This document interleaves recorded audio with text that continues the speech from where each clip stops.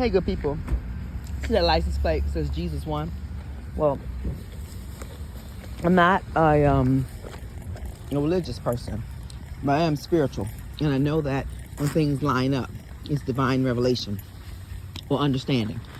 I was thinking through a situation that I allowed myself to go through where I allowed someone to gaslight and manipulate me, even though I was kind and considerate and loving and loyal.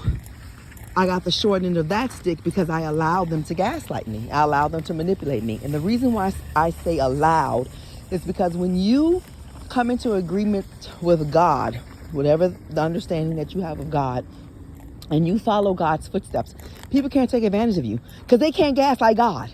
They can't manipulate God. The best of the motherfucking narcissists is not narcissism on God, whatever God of your understanding. So if you should get yourself in a situation where somebody manipulated you, where you were around a narcissist, where you were gaslit, it was because you wasn't all up in God. Because if you was all up in God, they wouldn't have been able to get to you. And that's okay. Admit that to yourself. Decide for yourself that that will never fucking happen again. Because you and God, y'all is like white on rice. Y'all is like sand in the ocean. Y'all go together. And that's the God of any understanding. Because they cannot gaslight God. They cannot manipulate God. They cannot use God. And everything that they're doing when they do gaslight you, because you could have a relationship with God that is not as strong as it should be. And so what happens is somebody takes advantage of that. They mistake your kindness for a weakness. They're going to get theirs. That's cruel. That's a cruel thing to do, to know that you're manipulating someone, to know that somebody believes the best in you and you know you ain't shit.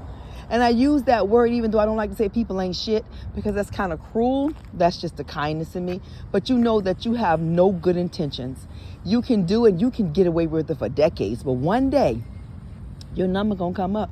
If you're the person that's the gaslighter, the manipulator, the narcissist, and you pretend like you not, when you blame other people for your actions, you say, well, I wouldn't have done this if they hadn't have done that. Bullshit, you would have done it because that's who you are. That's what you do.